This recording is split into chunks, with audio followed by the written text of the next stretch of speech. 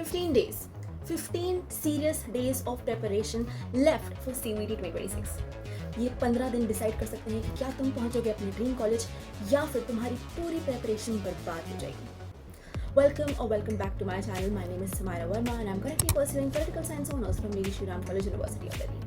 आज की वीडियो में मैं तुम्हें देने वाली हूँ 15 day road map, 15 day strategy जो तुम्हें पहुंचा सकती है to colleges like SRCC, Hansraj, Hindu, Miranda, LSR etc.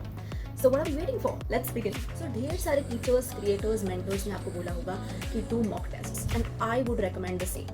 तो mock test आपने रोज के रोज करने हैं. To practice you have to do a lot of mock tests. मतलब अगर आप दिन में 8 घंटे पढ़ रहे हैं तो out of those 8 hours, 5 hours you have to give for your mock tests.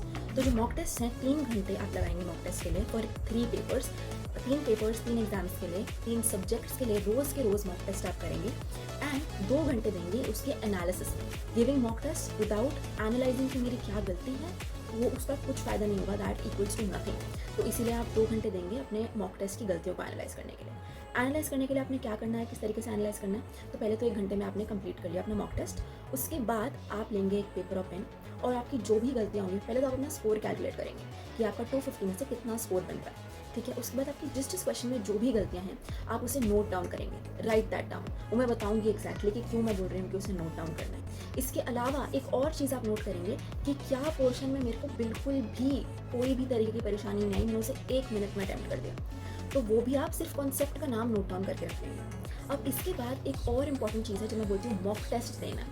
तो मॉक टेस्ट देते टाइम आपने क्या करना है, 1 घंटा नहीं देना है अपने आप को, 45 to 50 मिनट्स देने हैं. Why am I saying that? क्योंकि जब आप एक्चुअल में अपना पेपर अटेम्प्ट करने जाएंगे तो उस समय बिकॉज टेंशन बिल्डअप हुई होती है तो आपको अपने एक्चुअल टाइम से ज़्यादा टाइम लग जाता है.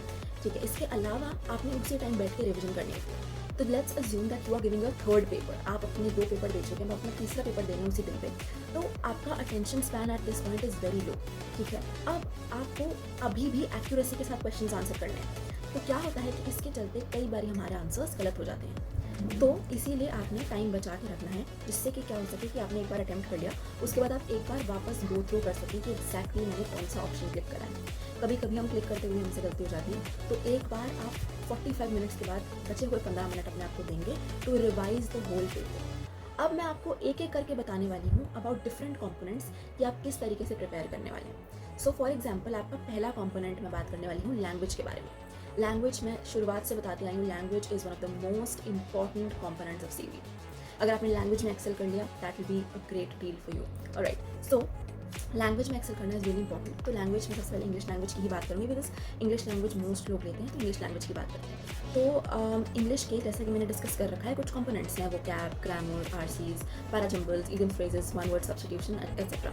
तो वोकैब के लिए स्पेसिफिकली अगर आपकी ये बुक जो बताई गई थी which is word power made easy, if that is done then alright, but I would still recommend कि आप वो बुक कंप्लीट करते रहिए अभी भी साथ साथ. अच्छा, अब वो कैब के लिए अगर आपने जितने भी वर्ड्स कर लिए हैं, अगर आपने 1000 वर्ड्स कर लिए हैं तो उसको रोज़ के रोज़ रिवाइज़ करते रहिए. मैं ये नहीं बोलूँगी अब आपकी नए वर्ड्स दिखते उनको भी लिखते जाओ. If you get time please do that, but अब क्योंकि हमारे पास टाइम कम बचा है तो आप जितने वर्ड्स आपने कर लिए हैं, जो किताब आपने पढ़ ली है उस सबको रिवाइज़ कर लो. और इसके अलावा आई वुड सजेस्ट आप यूट्यूब पे वीडियोस देख सकते हैं for vocabulary. And once again PYQs attempt करते रहिए, प्रीवियस ईयर क्वेश्चन पेपर्स दीजिए और इसमें जो भी वोकैब वर्ड्स हैं उन्हें पढ़ के उन्हें आंसर करने की कोशिश कीजिए. Next up we have grammar. Grammar के लिए आई वुड सजेस्ट सिर्फ जो कॉन्सेप्ट्स तुमने कर लिए हैं उनको एक बार रिवाइज करो और PYQs अटेम्प्ट करो. नेक्स्ट है RCs, रीडिंग कॉम्प्रहेंशन के लिए. अभी भी मैं ये कहूँगी कि रीडिंग कॉम्प्रहेंशन प्रैक्टिस करते रहो, जो सोर्स मिलता है वहाँ से प्रैक्टिस करते रहो. ठीक है, एक आपके अलग सोर्सेज से प्रैक्टिस हो गई. इसके अलावा आप प्रीवियस ईयर क्वेश्चन पेपर्स से भी प्रैक्टिस करेंगे अपना RC को प्रैक्टिस करने का मतलब सिर्फ यही नहीं है कि आप क्वेश्चंस पढ़ के आपने अपना पैसेज आंसर कर दिया. इसमें जो कंपोनेंट्स होते हैं जैसे कि आपके जो पोएटिक डिवाइसेस होते हैं वो सब भी आपको लर्न करते हुए चलने हैं. Alliteration, oxymoron, imagery and what not, जो भी है उस सबको आपको रिवाइज करते हुए चलना है. When I say that you have to practise RC. इसके अलावा कुछ और जो बचे हुए कंपोनेंट्स हैं जैसे कि parajumbles, one word substitution, idioms phrases, अब इनको अलग से करने का टाइम नहीं बचा है.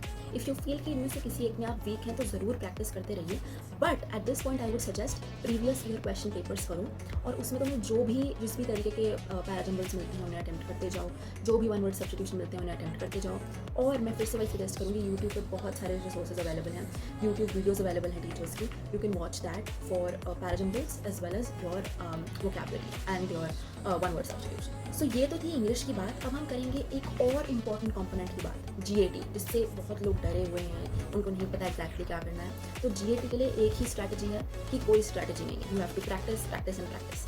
तो GAT के कुछ कंपोनेंट्स हैं, करंट अफेयर्स है आपका, स्टैटिक जीके है, लॉजिकल रीजनिंग है और आपका मैथमेटिक्स है। तो देखिए, सबसे पहले करंट अफेयर्स की अगर मैं बात करूँ तो करंट अफेयर्स के लिए ऑनलाइन न्यूज़पेपर पढ़ सकते हो तो पढ़ो, I would totally recommend that. इसके अलावा एक easier option and which is like I recommend that, ये है कि जो न्यूज़पेपर बाइट्स मिल जाती हैं आपको, जैसे कि व्हाट्सएप चैनल्स पे मिल जाएंगी, टेलीग्राम चैनल्स पे मिल जाएंगी, यूट्यूब चैनल्स पे मिल जाएंगी, वो रीड कर लो। तो बेसिकली वो न्यूज़पेपर्स के जो आर्टिकल्स हैं उनकी समरीज इसमें होती हैं, तो यू कैन रीड दैट। इसके अलावा IAS वाली जो वेबसाइट्स हैं उनमें बहुत अच्छे करंट अफेयर्स आप वहाँ से कर सकते हैं, बहुत अच्छा प्रिपेयर कराते हैं, so you can do current affairs वहाँ से। नेक्स्ट कंपोनेंट है स्टैटिक जीके। तो स्टैटिक जीके के लिए आपको इस तरीके के कुछ क्वेश्चन बैंक्स मिल जाएंगे। तो ये ऐसे कुछ कंसाइज और जनरल नॉलेज करके और इस तरीके से हिंदी, इंग्लिश, किसी भी लैंग्वेज जिसमें भी आपको चाहिए उस तरीके से आपको क्वेश्चन बैंक्स मिल जाएंगे। कुछ क्वेश्चन बैंक्स आपको स्पेसिफिकली CUET बेस्ड में मिल जाएंगी, कुछ IPMAT बेस्ड मिल जाएंगी, कुछ डिफरेंट एग्जाम्स के लिए मिल जाएंगी।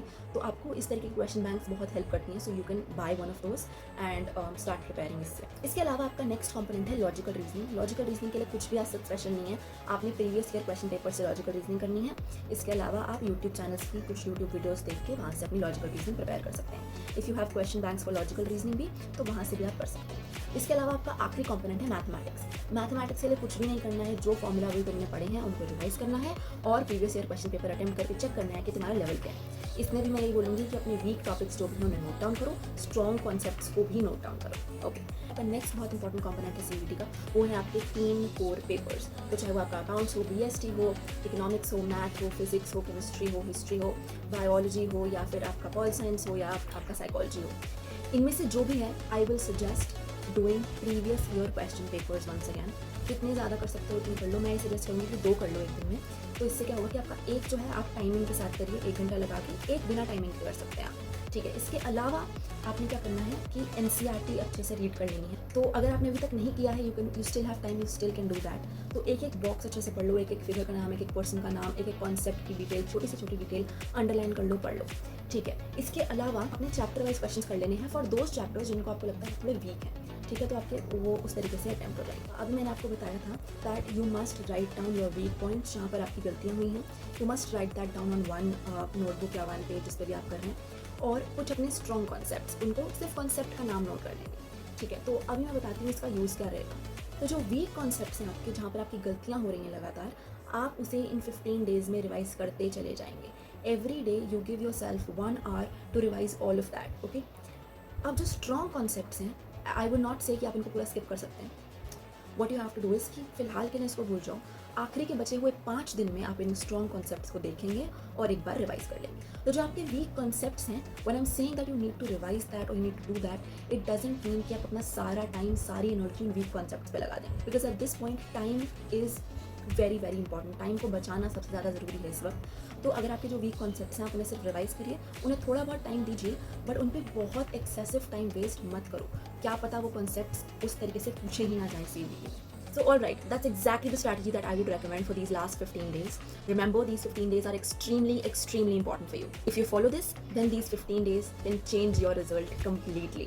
If this video helped, do not forget to like, subscribe and share. And all the best for CUET. You can do it. Believe me, it is not that hard. You can crack CUET. That is it for today's video. We'll see you in the next one. Thank you.